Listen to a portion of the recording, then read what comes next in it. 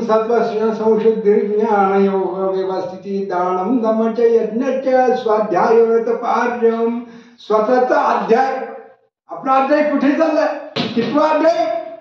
आपल्या जीवनाचा अध्याय कितवा आहे? अभयदान, भयमुक्त, भीती काढून टाकणे, भय सोडून देणे, निर्भय. लहान मुलं आईच्या पोटामध्ये आल्यानंतर निर्भय असतं. अभयदान, आई जन्मदाते आई वडील अभयदान देतात मुलांना.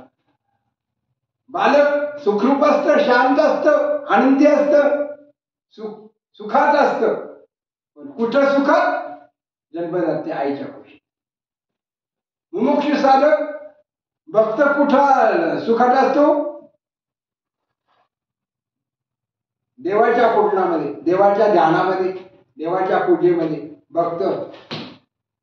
भक्ताला अभयदान मिळत असतं.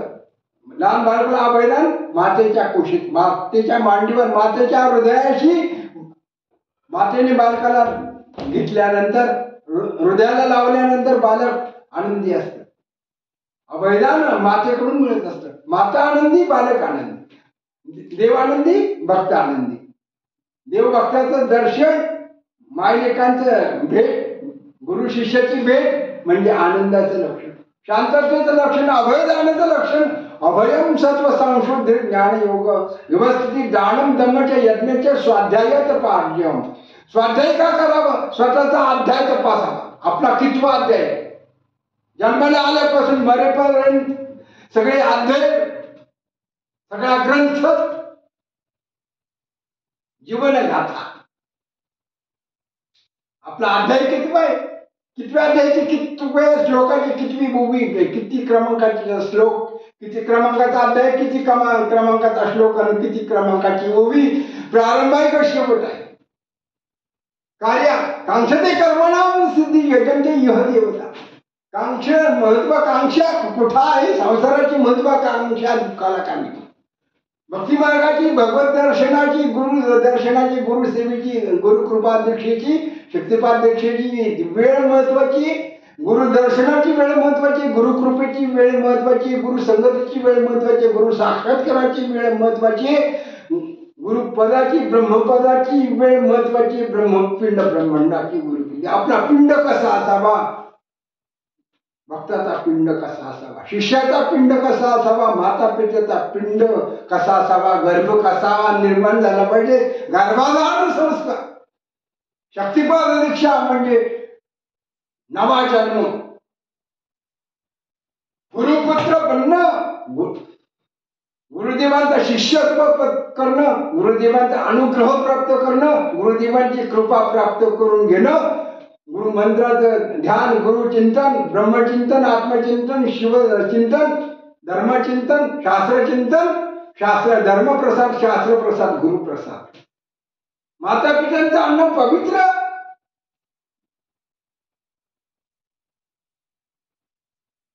चातुर्मासाचं अन्न पवित्र,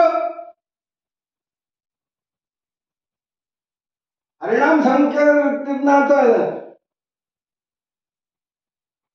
हरिनाम सप्ताह असं पारणा,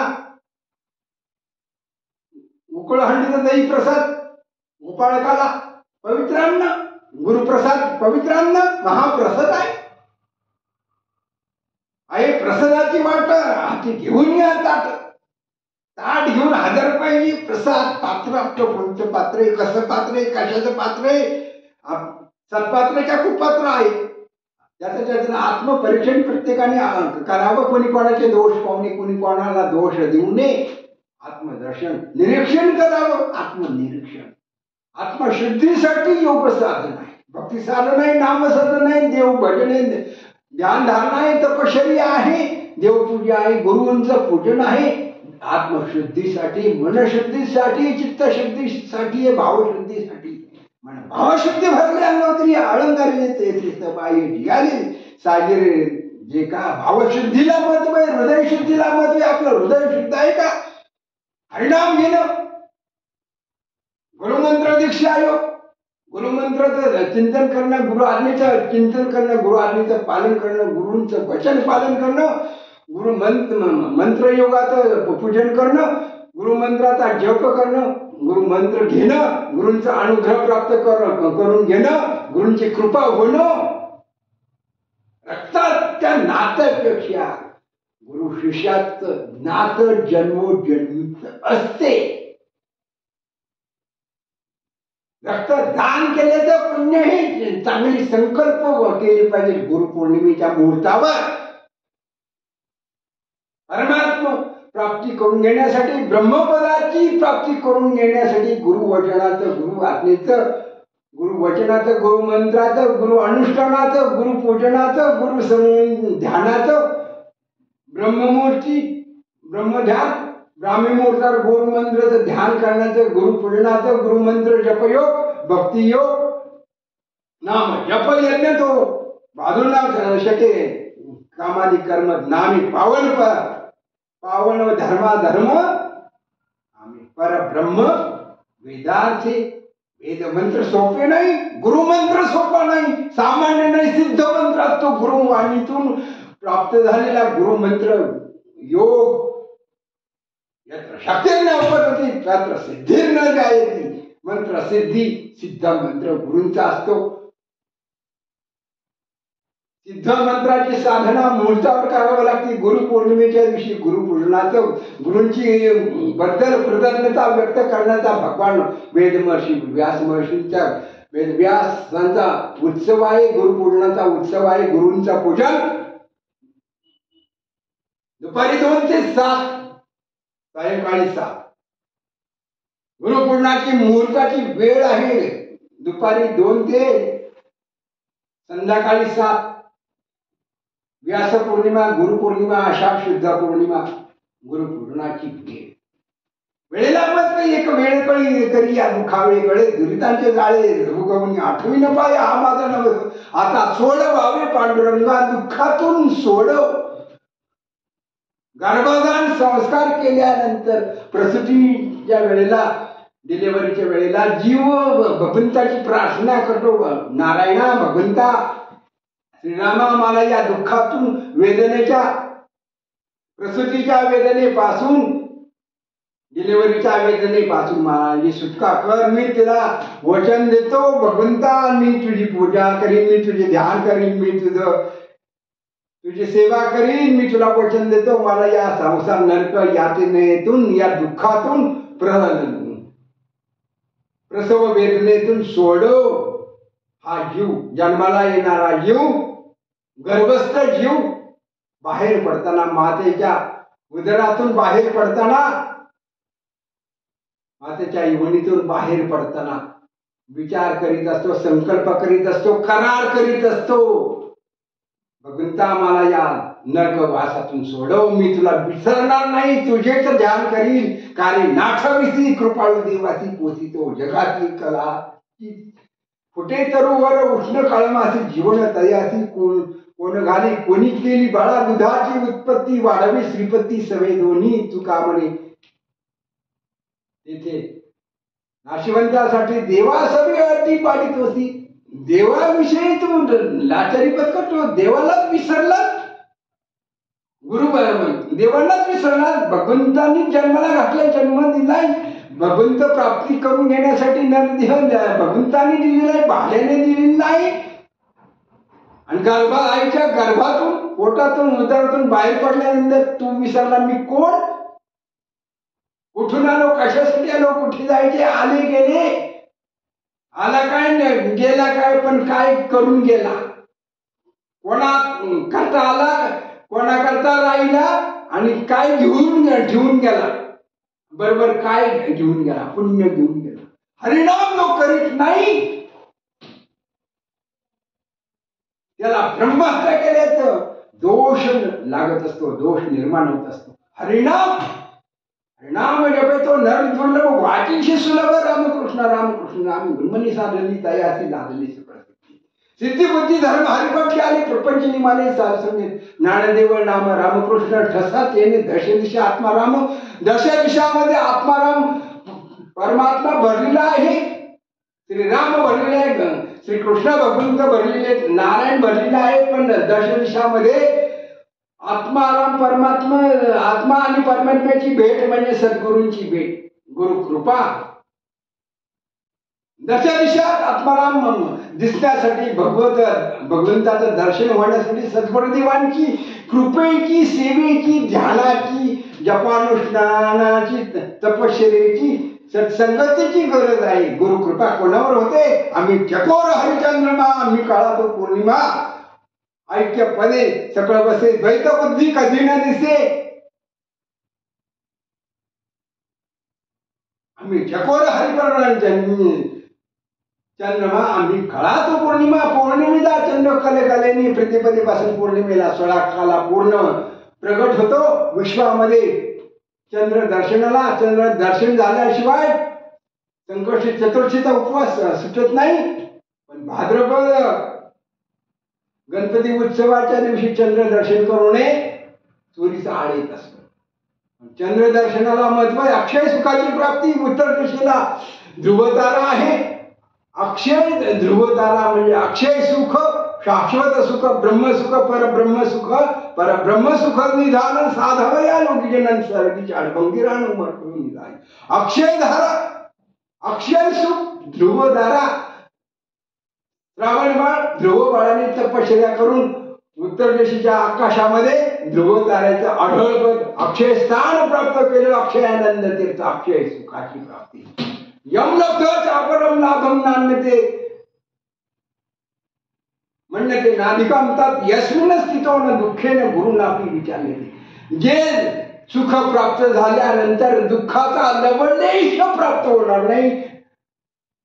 कणभर, क्षणभर, निमिषभर दुःखाची प्राप्ती होणार नाही. दुःखातून सुटका करून घेण्याचं सामर्थ्य गुरुदर्शन, गुरु ब्रह्मपद दर्शन, लढले भाग्याचा उघी चिंता वारणी संत दर्शनी आला पद्मनाभ जोडीला संपुष्टे हृदयपीठी कोरणी पोटी साठवू तुका म्हणी होता ठेवा तो या भावा सापडला. ब्रह्मभाव, गुरुभाव जागृत असला पाहिजे. सद्गुरु सारखा असता पाठीराखा इतरांचा लेखा कोण करी राजे याची कांता काय भिक मागे मनाची या जोगी सिद्धी पावे. कल्पतरू तळवटी जोपणी बैसला काय उणे त्याला सांगा कोणी. ज्ञानदेव म्हणे तरणो तरणो आता उद्धारलो गुरुकृपेशिवाय उद्धार नाही. गुरुकृपेशिवाय आत्म्याचा उद्धार नाही. गुरुकृपेशिवाय जीवनाला दिशा मिळणार नाही. गुरुकृपेशिवाय ज्ञान होणार नाही. व्यवहारामध्ये गुरूंची गरज आहे, तसं परमार्थामध्ये सद्गुरुदेवांची गरज आहे. म्हणून परिपूर्ण कृपा होण्यासाठी, आत्म्याचा जीवाचा उद्धार होण्यासाठी गुरुकृपेची गरज आहे. आत्मसंस्थन मनकृत्वानं चिंतन येतं. आत्मचिंतन, गुरुचिंतन, ब्रह्मचिंतन, परमार्थ चिंतन, रामचिंतन, कृष्ण चिंतन. रामकृष्ण हरी विठ्ठल केशवा मंत्र जपावा सर्व काळ. रामकृष्ण मंत्र, हरिनाम सर्वश्रेष्ठ आहे. किंवा हरिनाम घेत नाही त्याला ब्रह्महत्या केल्याचा दोष लागतो. जो गुरुचिंतन करतो, गुरुसेवा करतो, गुरुमंत्राचं ध्यान करतो, गुरुचिंतन करतो, गुरुसेवा करतो, गुरु वचनाचं पालन करतो, गुरु आज्ञेचं पालन करतो, तपश्चर्या करतो, गुरुमंत्राचा जपानुष्ठान करतो, त्याला रक्तदान केल्याचं पुण्य प्राप्त होतं. रक्ताचं नातं म्हणजे ब्रह्मनाम, गुरुमंत्राचं नाम, गुरु जप, गुरु ध्यान, गुरु तीर्थ, गुरु चरण तीर्थ, गुरु कृपा, गुरु मंत्र सिद्ध गुरु श्रोती व ब्रह्मनिष्ठ गुरुनाथ शरण गेलं पाहिजे. गुरु पौर्णिमेचं चिंतन, गुरुबद्दल कृतज्ञता, गुरु भाव जागृत असला पाहिजे. सद्गुरुचरणी ठेवीचा भाव देव भेटे आपोआप म्हणून या गुरुसी बधावे सार्थक करावे जन्माचे ते देव गुरुपाशी आहे. हे वारंवार सांगू काय तुका म्हणे गुरुभजनी देव दिसे जनीमनी. श्री गुरु दत्तात्रेयार्पितमस्तु. श्री गुरु चरणार्पितमस्तु. श्री गुरुदेव दत्त. श्री गुरु शरणं. श्री गुरु चरणार्पितमस्तु. ओम शांति शांति शांति. गुरु महाराज गुरु जय जय परब्रह्म सद्गुरु. गुरु महाराज गुरु जय जय परब्रह्म सद्गुरु. गुरु महाराज गुरु जय जय परब्रह्म सद्गुरु. गुरु महाराज गुरु जय जय परब्रह्म सद्गुरु. गुरु महाराज गुरु जय जय परब्रह्म सद्गुरु. परब्रह्म स्वरूपाची प्राप्ती, ब्रह्मस्वरूपाची प्राप्ती, ब्रह्मानंदाची, आत्मानंदाची अक्षयानंद तीर्थ, अक्षय सुखाची प्राप्ती, शाश्वत सुखाची प्राप्ती गुरुदर्शनामध्ये, गुरुदर्शनातून, गुरु सेवेतून, गुरुमंत्र दीक्षेतून, शक्तिपात गुरुमंत्र दीक्षा. गुरु दुर्मिळ आहे, दुर्लभ आहे, मनुष्य जन्म दुर्लभ आहे, महापुरुषांची संगती दुर्लभ आहे.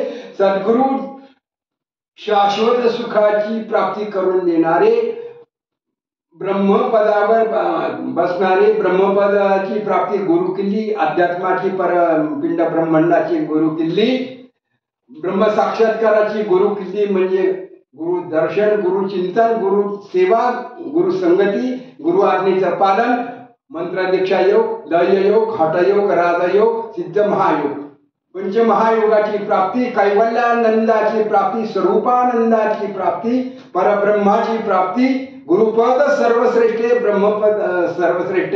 म्हणून आपला पिंड गुरूंच्या चरणी अर्पण केला पाहिजे. पिंडदान कधी होत असतं? पिंड पदावरी दिला आपली स्वकरी, झाली माझे गया वजनन, फिटले पितरांचे ऋण.